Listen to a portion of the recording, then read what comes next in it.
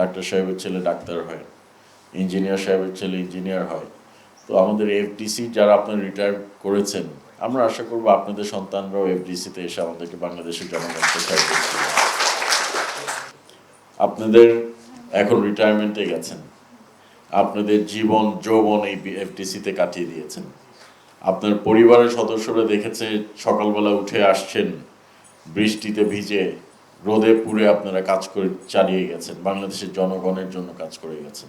এটাও জনগণকে আপনারা একটি সার্ভিস দিয়েছেন। আপনারা পারিশ্রমিক পেয়েছেন, ঠিক আছে, বাট বাংলাদেশের জনগণের জন্য কাজ করে গেছেন। আপনার পরিবারের সদস্যরাই প্রশ্ন তুলতে পারে যে কি করলাম।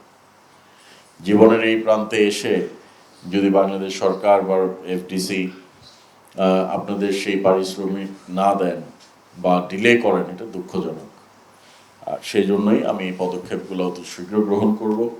আপনাদেরও সহযোগিতা চাই, বিকজ এখানে কিছু কিছু জিনিস আছে, যেরকম এফডিসির আজকে আমরা যখন প্রবেশ করছিলাম, আমি আরও একবার আসছিলাম,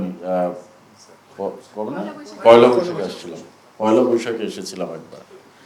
তো আজকে ঢোকার সময় আমার চালক এবং আমার যেই সহকর্মী একজন আছেন, তারা বলছিলেন যে এফডিসি কি ছিল, কি হলো। তো আমরা আস্তে আস্তে ইনশাল্লাহ এই এফডিসিকে সেই উজ্জ্বল এফডিসিতে আমরা পরিণত করতে পারব। এবং আমাদের যে কমপ্লেক্সটা হচ্ছে সেই বিষয়েও আমরা তদারকি করছি। মন্ত্রণালয় থেকে আমরা বিভিন্ন কর্মকর্তাদের দায়িত্ব দিয়েছি যেন দ্রুততম সময়ে আমাদের কমপ্লেক্সটা নির্মাণ শেষ হোক। শেষ হলে পরে কিছু অংশ হলেও আমরা এই আমাদের সেই এফডিসি ফেরত পাব। এখানে অনেক আপনাদের কম্পাউন্ডটা কিন্তু খুব একটা ছোট না, বিশাল কম্পাউন্ড। তো এখানে পসিবিলিটি অনেক। ওই এগেন আন্তরিকতার অভাব, সবাই মনে করেছে যে আরে এটা তো শেষ, যতটুক পারি আর একটু শেষ করে দিই। তো আমাদের কিন্তু মানসিকতাটা ডিফারেন্ট। কোনো কিছু শেষ হয়ে থাকলে এটাকে আবার সুন্দর করে গুছিয়ে নিজের পায়ে দাঁড় করানোটা হচ্ছে মাননীয় প্রধানমন্ত্রী তারেক রহমান সাহেবের উদ্দেশ্য। যেমন এটা শুধু এফডিসি না, এটা শুধু আমার মন্ত্রণালয় না, প্রতিটি ক্ষেত্রে আমরা দেখেছি 17 বছর কিভাবে বাংলাদেশকে পিছিয়ে নেওয়া হয়েছে। আমি যদিও অতীত নিয়ে কথা বলতে পছন্দ করি না, এই কথাটা কথায় চলে আসে এই কারণেই যে আমাদের অনেক প্ল্যান আছে। মাননীয় প্রধানমন্ত্রী যেটা বলেছিলেন আই হ্যাভ এ প্ল্যান, ওর অংশ হিসাবে বাংলাদেশটাকে গড়ে তুলতে হবে। আমরা এফডিসি অফকোর্স আমার মন্ত্রণালয়ের আন্ডারে বলেই আমি এটা নিয়ে আলোকপাত করতে চাই।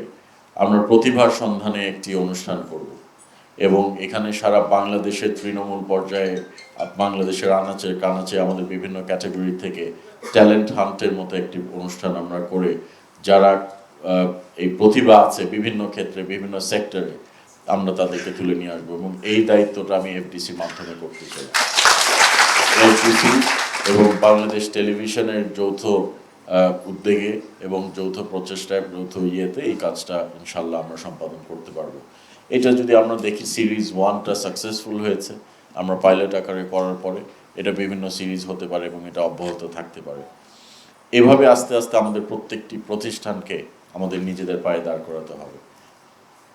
আমরা বিদেশে অনেক সময় দেখি বা অন্যান্য জায়গায় দেখি ডাক্তার সাহেবের ছেলে ডাক্তার হয়, ইঞ্জিনিয়ার সাহেবের ছেলে ইঞ্জিনিয়ার হয়। তো আমাদের এফডিসি যারা আপনারা রিটায়ার করেছেন, আমরা আশা করবো আপনাদের সন্তানরাও এফডিসিতে এসে আমাদেরকে বাংলাদেশের জনগণকে সার্ভিস দিবে। তবে এই সুযোগটা আমাদের করে দিতে হবে। আমরা জোর করে আনলাম এবং তাদের ভবিষ্যৎ নষ্ট করে দিলাম, সেটা তো চলবে না। কাজেই আপনাদের সন্তানরা যেন এফডিসির সাথে আপনাদের যেভাবে একটি আত্মার সম্পর্ক ছিল, সেই আত্মার সম্পর্কটা যেন গড়ে ওঠে, সেই দিকে আমাদের নজর দিতে হবে, সেই দিকে আমাদের কাজ করতে হবে।